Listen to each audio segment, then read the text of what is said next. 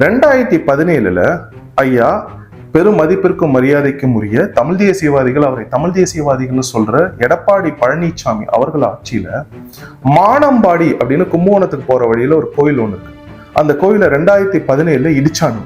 உங்களுக்கு ஏன் அந்த கோயில் இடிக்கப்பட்டது தெரியுமா?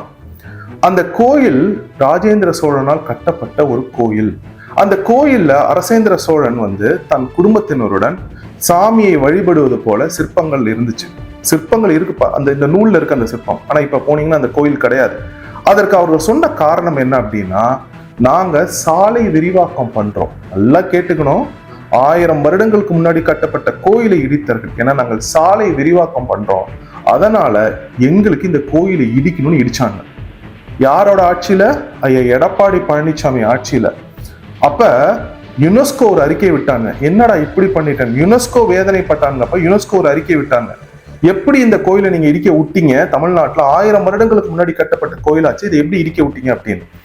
அப்படி நல்ல நுட்பமா பார்த்தனா, சோழர்கள் மிக முக்கியமாக எந்த ஒரு அடையாளமும் ராஜேந்திர சோழனோடது இருக்கக்கூடாதுன்னு ஒரு கூட்டம் நினைக்குது.